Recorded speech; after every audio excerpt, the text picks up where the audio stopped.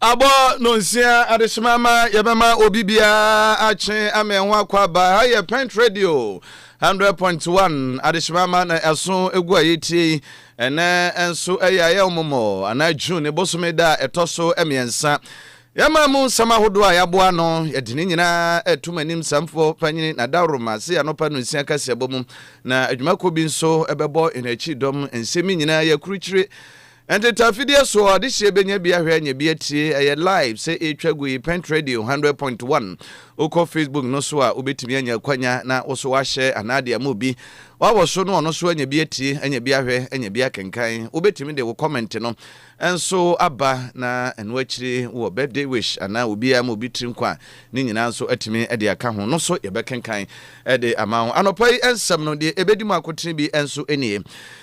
papa num Roma asafo emu empanyimfo asofo oda no Calibishop Conference panyino ado no Most Reverend Matthew Kwasi Jamfi papa enso kirema anti LGBTQ bill ba bia kwakodu nani age ho pa ne mmom wo besre se parliament ya hwe no mampanyin hwe na wono so ne tentem so no wonsan na se de ye koba ne ho ahwani ni ade nyina no mpese be ye dada no se de eno so kokko wie ya ija mu a ban no frɛ kunwa so a yamfa nsa enso anhyase no yabeko ensemfufuru mu urumnyamfo mu ntaka Mubarak ono na eso afo hwe fisemsem so metro interior minister wasi ne wukofra mantemu a kwan amanfo fa kwati kwa so togunom ebowuro maga na mu illegal route no ano aye ne pa ntine na try no so no ka ne masi ani sesa ne man nyina wo betimi asi ano kwan gamanche Kentucky tekuchuru a wotoso emienu na naso se ne kolebu wane na trankonwa ede niama egu akwam se anya hwekura no 500 bed e children hospital eno so betimi asi a wopa hontoma ene ede ama kolebu abanya asabia no a eno so no ebebo ama nkoda pom de ho nsam so atimi agina ne naso kasiabo me besan so atibia Blekuma Central aboso kan behia so ene nantwibuo no so no International Central Gospel Church afono empatemu mimu akwakusiesi no ho ne mamu aduane ni nwane mponche ne nantwie no sabre de Gami Central Municipal no akodwiri ni nyina so ade agu ehwe sebe ya kurum so betimi ate ne ho so ayenwan we ani afro bi a eka ho ne aboa no a ya no pa no nsia kase abomu ye de to na de hyenim na eka mo se aseda PC bi wo mu a ohenere spice no ohenere non dairy powdered milk no na dawroma na ebu achi dom dendin dia no pai na spices no ye wo chicken na se akokọ de e wo ho enya no so nko ye wo noodles ye wo jollof rice fried rice ye stew ana mumu de ni nyina beef goat ana se aponche de monko eno so kama sidi nyina wudi steam wudi gu abomum ana wode chi enam ho no nyina ne papa mu antika ho awon ne ewom no e wasropa Food and Drugs Authority agiatum afi ohenere non dairy powdered milk no so no enkwada ne mpanfo bi adi wanya okoko bi wo mpampa bi wo wheat ana se wo gari bi wo mashke bi no watwi no kama sa no pa wi anwumre afi non dairy powdered milk de ne nyina ye ohenere eye emankwada ne mpanfo ye pom ne ho 17 toto ho ase wo ho kra ahoma no 0207805398 and 0244525908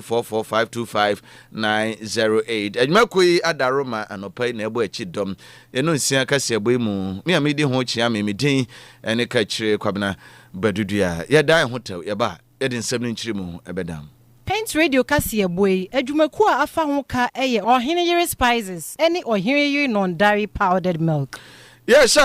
edi free Calibishop Conference. Aya panyina wada papanom eko inso anwom. Most Reverend Matthew Kwasi Jamfi.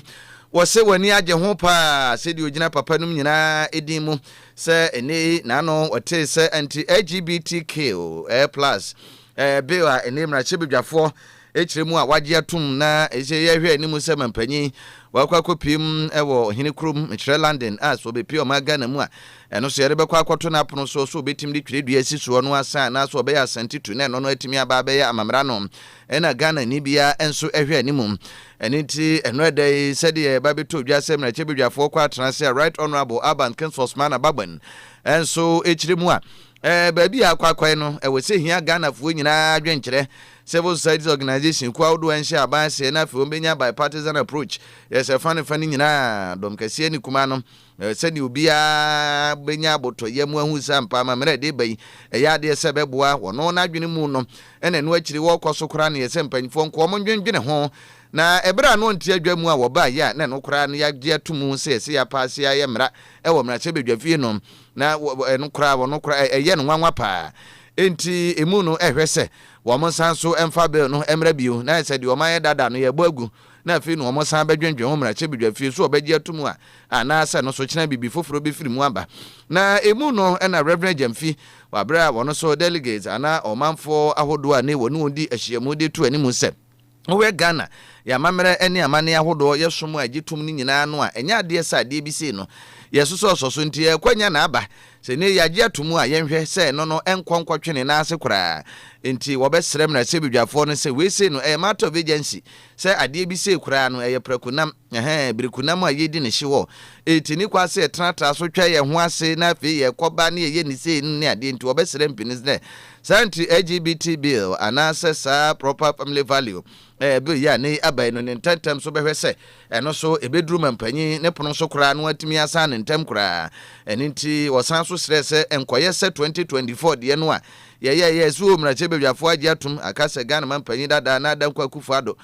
wode krata tredua besi so afi ye kone bra sa na mampanyi dada wonso ne bre so ya wodi fira kunwa no so enti sa abanfo fura bai no on press sa ne ma no eno so ebetena mu bi enti Calibisho conference nyina papa awesa de asena no a wo gina mu sa mamre ne amane ne amra bi e bata ho ne ntoto ye beye bia so man Ghana ya ho ban bo ne temamfo ye bebe ho ban ene niema foforo sem bi ete se yemfa eno so no emefra ya mamre ne amane ne asumu no ye betimi eno so ayi nakwa Reverend Jamfi ene gina mu papa enso ede sa enchimu ahodo nyina ede ema ye entiebi. Well, we were very, very happy to hear that the bill has been passed. But as we may recognize, the devil lives in the details. We don't know exactly the details that have been passed. But if there is anything that has been passed that does not promote LGBT activities, it does not allow it to be taught in our schools, it does not allow it to be practiced publicly, and it is a bill that does not allow LGBT practices to be part of our culture and family, then at least we have something to start with. So Parliament has taken a step from our experience previously. Now it has to be presented to the President of Ghana. And it is only when the President's signature has been appended that we can say it has become a law in the land. So there is still a hurdle to be cleared, considering the fact that the last time the bill was passed, we do not know whether it got into the desk of the President or not. And we are not expecting that this will go through similar experience. Most Reverend Matthew Kwasi Jamfi Papa and a President at the Calibisho conference Papa Afutu and Nibi and so and equity ye. So far one FSM and some so on one so na ye as one same na chebe Jenny for Muntaka Mubarak Muhammad and so Echimua ne ukopiem e oframantemu akwan hodo omanfo efa so ewurawura wo manumu ankanka ye ni Togo ne Burkina no ye na hye so ehwo mpatemu a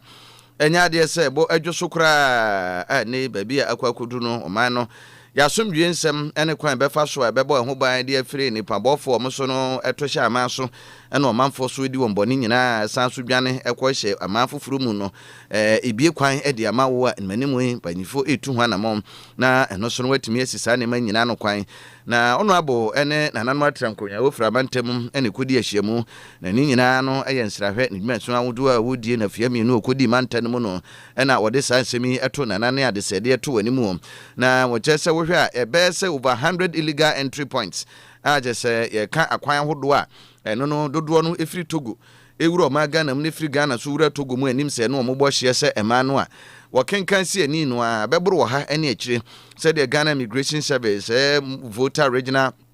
department no akire mu no enti ebase yi a ema niema hodo enkrata bi a ene niema en yen famfa nkrata mu ɛna mama mara kwa so etimi firi Togo ni ama hodo so eba bi wurawura mu a ba ma Ghana mu a ni nyina no ɛmoa ɛme yenkoye nim ne nim sɛ dodo na akwakoye kwan a ɛyɛ route ɛne na nam wuram ni atrenkonwa nsa ase so ɛnhyɛ da nye major government route point ya no nti ɛbɛka sɛ de asrafo dom ɛne mpokra immigration service team no ɛkwa akɔbobɔ hɔ no wɔbɛsrɛ sɛ nananom a wɔn nsa ase so saa kwan ni nyina deda mu anim sɛ ɛyɛ ewuram kwan ne afom kwan ni nyina no a wɔmanfo so ɛfamu ɛyɛ nnwuma didi ahodoɔ do wonfu ene de ka ho no ko wunkura ahodo no besere se won behwe na bibia ni a omo ankasa timi ayi apotifo anampo kura sojafo so asutire na kwa interior ministry betimi afa so abo ho ban no mfise base ya terrorist ni nipa bonfo omo kwoto hya amanso no omanfo amtete benben sa ahye boda so no eba mo a na de mbefira ase ansakura na bia mpanyimfo aso bete betu anamo no na de yenhwe animu se ensie no na no atimi akwa akoba nti obesere ese na nanma trenkonwa ne ade hye wo sampata mu nyina no ebetimi abo security agencies no na ba ho bambo nsem eno a no so no yetimi ahwe atototo niema ye onumamfo mu ntaka Mubarak. A number of us here are helping others who are not Ghanaians to come into our country and assist them go onto our national database. Nothing prevents us. I mean, just as I know, there are others in Togo, there are others in Ghana. There are Kotokolis in Togo, there are Kotokolis in Ghana. There are Mosis in Burkina Faso, and there are South. But all of us know we have our national identification system. We have a national health insurance that's supposed to be for Ghanaians. We have our passport that's supposed to be for Ghanaians. Sometimes, yes, we all welcome visitors, we all welcome strangers, but in our zeal to help them, we don't know what is in their mind, what is behind what they do, and what actions they intend to take. With the kind of West Africa where we find ourselves, all of us needs to be alert. And this region is one of the regions I've just been told what we have identified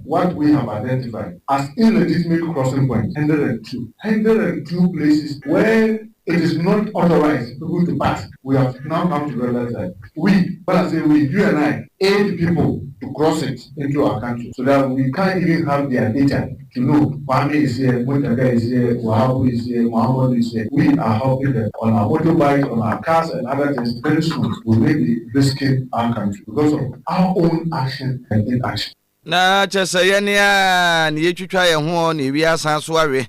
na sede honorable echire mu no ye wo ye anwunafo bi wo ma Ghana mu anuanom san so ebi ewu Togo mu nyina aka kasakoro ye nipa koro ye san so obi di se kotokolifo omoso wo Ghana san so ewu Togo san so obi di se musifo Ghana san so ewu Togo enu nti no wanso bo ma Ghana mu a ye wo kwan e fa so a ya hyenso de ye no ma ne entoto ya wodo a nanso be ye nwanwa se ya nkasa Ghana fo bi ane ekose framantemu a ye hudua bruni a ye boa omanfo bi firi amanone de niema ba be wuro ma Ghana mu a ye san so kurata wachi emu mu ba bibidie mu ba bida keka wo ho no ma hodo a eninti se ya moa ema ba bia ye gina se West Africa country ni ba bia Ghana kura no ya chie so ye da no a nipa bonfo mkoto hye maso enkuro so di wombone sa terrorist ni sa ne man nyina no na si jeja ho totu etu ho ajeje mu ma sa ne man nyina kokokoso a na ya ne bi sa kwa no di amount obesere pa sen matra nkonwa ne sa nkran ni nyina no yemwa na bibi sa no ntimi ensi ho ekwan rumnyamfo mu ntaka Mubarak tier minister kopi mu framantem na matra nkonwa ne adehye no na ensemi enso etwa eguye ye be free framantem a na ye bo rankran na gamanche eye Kentucky tekochru a wotosomienu nana enso ye kasa nhyehyeye edegu akwa mu a wobo amane state of the art 500 bed children who hospital no mofra ya sabia ye shada se ye si ediasi wo no de be mofra ne de behwe wo mu no ntidi hia se kwalebu aban ya sabia be mu asase nana wono edi animum free project ya na ni suadi hunu se eno so no ebeboa ama apomde ho sem kankan enwontafo na mofra no omso afam yenu yankunama mu no omso dada setrem yedi fa apomde ho sem so agina na so na de nsem nyina de todwa na se Ministry of Health apomde atraye omompanfo ahodo ko na so ne kodi nkomom ema omso dwendwene ho kwan a na matam konwa enso betimi aboa ma oma ne nyina ya ka bu maboa ma apomde ho sem akonkan no na mu ena Kentucky chekru tekochuru a wotoso emienu de to dwa se eni no one Kwalebu management ne board ni nyina etu ana mo din sawoso na hu se yekọ enim ne ade nyina no sabere de anya nsumsansopa enu nti wama won ba bi esase se na nanu betimi asinko ade a ene yakwanya na ba enso adiama ti wose de ewo dada ni nyina no Kwalebu no yekọ enim no na ehu behia se betimi atre nkwata ba mu ho enu nti se bia ye refer nkrofo firi me ahodo de wo mo ba ho ne ade nyina no hospital ko nanim no na se adan dada na ewo ho na no ebro na ho den so nkanka so aba bibire ma to efam ha se enu nti na wo se de nananum so se wono edi animu beboa ama aye bia se be ya Kwalebu aba ya asabia so begina na so no ne fam bi na nananum so edi agu akwa mu enti eye gamanche. There was a proposal that a new hospital has to be built, a new hospital for children. We contacted the Kwalebu Teaching Hospital because they have a vast land on the right side of the hospital when you enter. So they gave us five acres of that land to see if we could design some or a 500-bed children's hospital. When His Excellency the President visited me in the hospital during my accident, I talked to him. He said, no, I even have it in my manifesto. Put up a 500-bed children's hospital, specialist hospital for children. I said, oh, I also have that. I have been able to bring in investors. We have put in a lot of work. We have met with the board of Kwalebu Teaching Hospital, and we are eager to put this project, into action. Ania yekotie ye aya gamanche ken takeche kruchu tekochu a wotoso emienu eno akire nyamfo kwabena minta kando so afo hwapom de honsem so enso ebo nana abaso wono so emo etese wanya kwanya ene ahofama ne badi ani wode etachire nkanka ministry no na womo so ebe yo mafam de bia se de sefata bia so womo so behwe ama project no atimi abaso no eno so wonto to ho ase won okura nyamfo kwabena minta kando so de a wode tai nana achini. So I'm humbled by this message. I think I've been taken by surprise. I didn't know we're coming to discuss such issues. So it is something that is very dear to the heart of Mr. President. And as he told you when he visited you, it's part of our manifesto promise.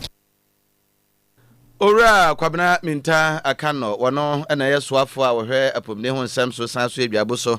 mrache bedwani honorable ni bi na itie yi yebeguso aginam ewon kran Kwalebu ene ne mpatamu a na yese aboso kan ufiri wa mochiri road ni na yese ne Kwalebu ya tiasim ho na Blekuma Central no so ya aboso kan empehia so municipal chief executive officer woda wona no nyamfo Frank Kansa edi edomo anim a yekasa yi empatam ho biaya Pent International Central Gospel Church papa utaba na sorry no che so manfo enim ho no a bekoni enantwibu yi enim nyambuo ya bobbo no se ya patam ho a che se de assembly no ebo amane no moama pomde ho nsem enkukoko yi kura na nkane ne ma ya na firimu ba no ya de se eni enyan a kurum fimfini pa sa na ye na ntwe ni adwan enso wo sampatam ho no eni kwase kowie ne santi ye kasa de watu anamon illegal structures wo sampatam nyina asisi nsunsu ahodo ne monjimon kasisi no kwanti nsu to a ne mpatam ho eyiri kole no so hwa mu a ne konumu a ne no so kole eda a jese koba no saa ne nsu oyiri efa nsase nyapade ahodo na akra so ehwere won kwa no eno nti eno watu anamon etese wura frankansa ne di animu a wonsihye nyina branch antwerefo su pii mu no wode atudwa entibi. Well, you see, this is something that has been existing for almost about 3 years. Before, it was only a place for these horses. That was where most of the horses were. And along the line, we noticed that they started bringing cattle around. Because of the salary, we will allow them to be there for some time. So we had given them several warnings. Indeed, it's also a buffer. So usually when they dredge the main drain, the drain you saw behind that, the storm drain, they put it on the shoulders. And because there is nothing happening around, that's why these people also came in there. But now the assembly, we want to clear the place and see how best we can put in some ecosystems that can help to beautify. Na chese ehono anantwe ni nyina ni nsu no mu kwole no mu ene ho nchimina bata ho no ya no wotitititim ede na tie no gugugu anti amanfo hu se o ne ho mfa so bia nsu nti anantwe ba na agya mo baabi kakra mo so so ne nso ye kwakwa sa no ayede de ho ye cattle market enti baabi akuduru na wose oyi wo nyina efiri ho na hwe kwan hodo a mbefa o se ne yensensan bi no mbedua nnua bi ne ade a me ho so no ayefa ye nika wotimi atoto yo Frank Cancer wono na ye municipal chief executive officer thema ye Ablekuma Central empehwea so na no akiri na Ablekuma no ye wono north so empehwea so Ura Kalamu Adamu Musa wono so ejinamu ade atudwa wabra omoso no etetete monchimon kam se ni nyina no eyikuru ba ko na hie ne dantemu awi sum ha na wi so esum ha se womoso ebeboa ema ensu a eto yiri twifa nsase so na eno so de ha ba ni nyina no eno so womatututu ho na monti woso nsantweremfo obopini no wono so ne fam dia wadi tudwa ni. At the downstream, we have a lot more issues because usually when it floods, because almost every water, this are water that is coming or the flood that is coming toward from Ebri or Equiapimda area. So we at the downstream, that's why we suffer a lot. But Garrett is working and we know in the coming days, they have even earmarked the First Light area project to start very soon. And so we know when that is done, the flooding issue would be curtailed. As an assembly for the past 1 year or 2 years, we have not issued any permit for anybody on the waterway.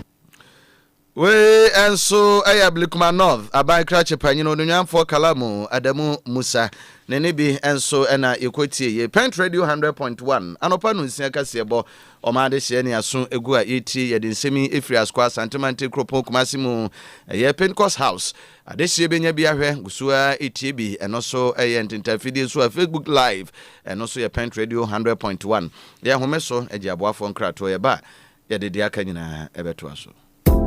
Midofo a minu ho agro na say die waduane ne da no ayesronko ani omura ohinere spices abefi aduane de ayesronko ohinere chicken seasoning so wototo wochi ana wo ye akokọ nam ho bibia fakakra som froye no ohinere stew seasoning be manageta jollof no ohinere jollof seasoning ma no hwam ni odew mu odew fried rice no kra die fried rice seasoning e ma me fredwa frede aponchin kakra no me do ohinere go seasoning na ye asam no me se niwa ohinere seasoning powder ya woni beef shrimp noodles any de keke ka ho amunsu ede aduane ne hwam ne de no ubedie dibium enti obapa ohinere spices abama yen aduane no aye de efise ni die ne nso aye de ohinere spices e de ye e wodwa hodromu eto phone for 020-780-5398 and 0244-525908 FDA agi edwedien kratoi atum. Yabama adeshimai akwaba yabetwa yensem no eso na International Justice Mission eyekua enhye abanse wone dachi aban enso eboa ama enipa yetwe won efamu na kankan kwada edo mo ekọ amanane amahodo so ekọ mayaka yakade empukura no ebi won ko ekokosom empu uba omaga na nso emu a dodo no ano meme ahodo a yensu tade no wo do mo kokoye adwuma eden age human trafficking no ni nyina wo boa ne Ghana anti human trafficking unit eka bom na fi waye nkyerɛkyerɛ ede aboa kwan ahodo ampanfo befa so Ghana Police Service na saa ne mani nyina yebetimi asi ano kwan na empo ebimo so eye bi asafo na na se cartel no yetimi enso ache safo nyina ne mra na omadie na weyi adwumadie kase no ekɔ so afomantan kropon ye go so mu na trimopo a ne tachiri nyina se emra foforo mpanyimfo ahyehyɛ ne de odada no a ebo saa ne ma nyina oba na esi ho kwan no yebetimi ahwe ne yagire mu anu nti anti-human trafficking unit ene ekua no so enhye abanse International Justice Mission ene dachi aban a wono ene ho sika ene ho bra nyina ho akomasika wo bo no so no etimi aboa amemu ntotoye agina ne naso a na trimopo eno tachire no so etimi abam nti eno enam so ema project manager International Justice Mission Ora Gebla Akulache ene ne wogina mu de to dwase enkwada hodo a ye fa wo mo ekoye adwumaden ye cha labor no ya de eno so ekoso pa nkanka koko grown areas me ahodo a yedo kokofu eno obo ma Ghana mu a eno ekoso pa wuyi enkane na me ahodo a afarefo no ewo wasi nsuwa deda ho framantam ba pie mantam se ba bi de se don kokuru no afram plains no ho afi kokopiem black voter no ho a me ahodo a yinsum nam di nsu hu dwane ade no ne nkwada no wo ho pa ye hyeda fa wo mo do wo mokọ omo a omo kogu asawunum ne de ka ho nti amampanyifo tu so sa no eno aba fam na emom na ukopiem baabi de se cocoa grown area yeduadua cocoa nom se hafo afi no east impeshia so ne saa me ahodo nyina ne bromantam ahodo no mu a yade se eno so no ekoso vi se cocoa no ya afi mu ni nyina ntinkwada na ya wo obi a wone ne wofa ne nana bi papa bi na ekwakwatra na chese obekọ no na ese Charlie ba no ano na ekoso no eno nti owura kolache e de atodwa se eno ne nam so ma International Justice Mission wone dachi aban aka bomu a wo moboa mantam no ne nanan matrankonwa de hye so e wone Human Anti-Trafficking Unit office no se wo mode akade ahodo motorbikes no enso akwakoto machiri na no achiri wasan so aye nkyerɛkyerɛ ne ntete ahodo enso edi ama wo saa me ahodo asa cases no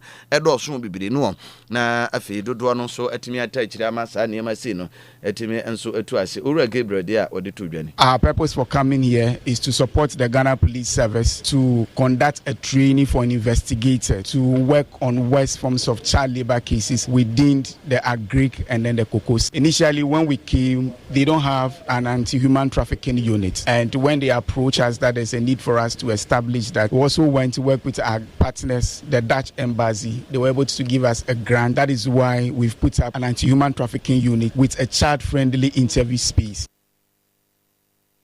Enia ye project manager at the International Justice Mission Owura Gabriel Akolachi na enwa trainer for regional police commander DCOP James Ano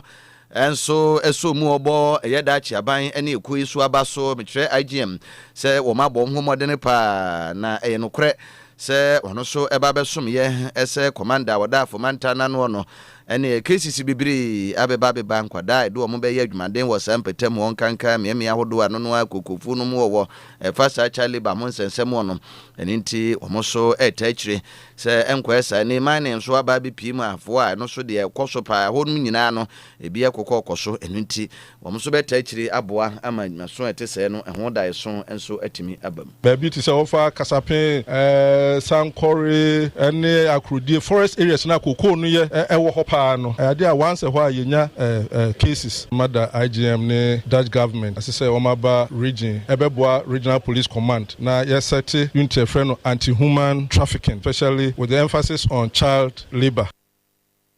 Ene a yekotie ye afo manta no mu police adwuma ko panyina wadoa no DCOP James ano ne krakra mu no EPA Environmental Protection Agency na se authority no enei enso esi oyi Ghana de hye nyina sutire ankrankra aniku ahodo kwa no so enche amayase se ne obibia wahya ase empo se wato asase dada na afi no oba bedi ho dwuma ana afi eno oba bepenkrata ne nhihye fofora ba any regulatory provisions no yensa ase ne ajapade ahodo ne yede ebo ho ban na wode nsemi todwa ebre na no dedo adwumbo someda na edi nkan no se sa amra no ehya ase enso ewomu no regulation 40 ye EPA Environmental Protection Authority Assessment Regulation 2025 LI 2504 no se eni no obia wata asase dada se woto ya che free ajajam kubre so anase mpokura no ede ya no ato na fi no wasisi ho ese wo kwa akoto nyina no mra fofora ba ese empo ansa na benya asase se nsu wo so se ye wura se ye mepo se ye abotan ene de ka ho bia na se kwaye no no wo mra fofora eni aba no eba bebo ho ban yenti wo chi timi chirichiri mu a enti eno no interventions bibiri wowum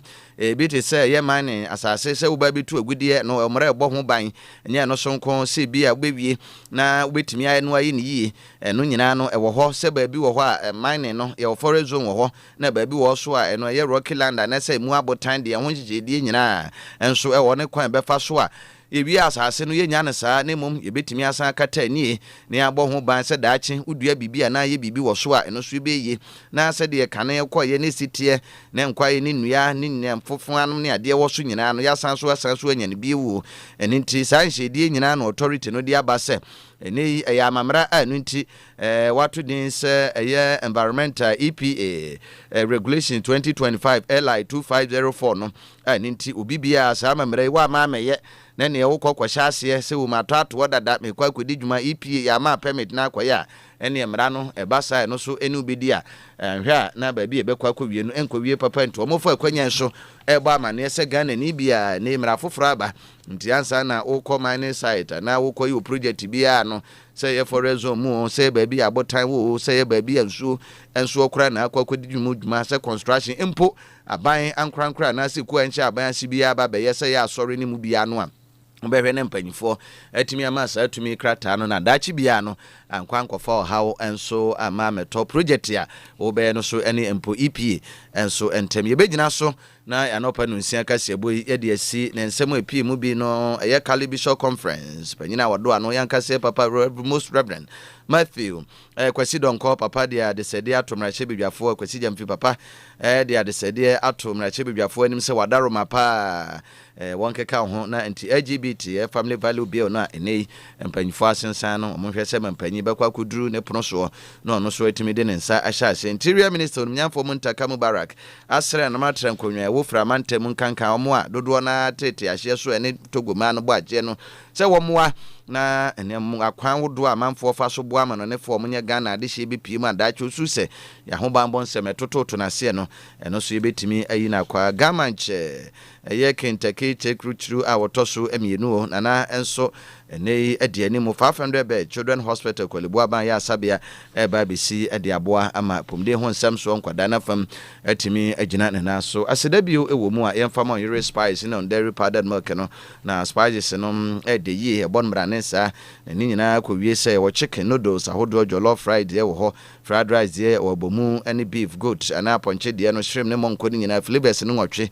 bomodin sɛ mu bia sɛ de wo bomu ne won kwan no sɛ de opisi tie na ye de na ye kama no obema bi so akomu enti wo Henry Spices wo se edeyi no dairy powdered milk no so ho koko na se nsu aduane bi atin na wotwa rice water no mpampa wheat Tom Brown ni nyina no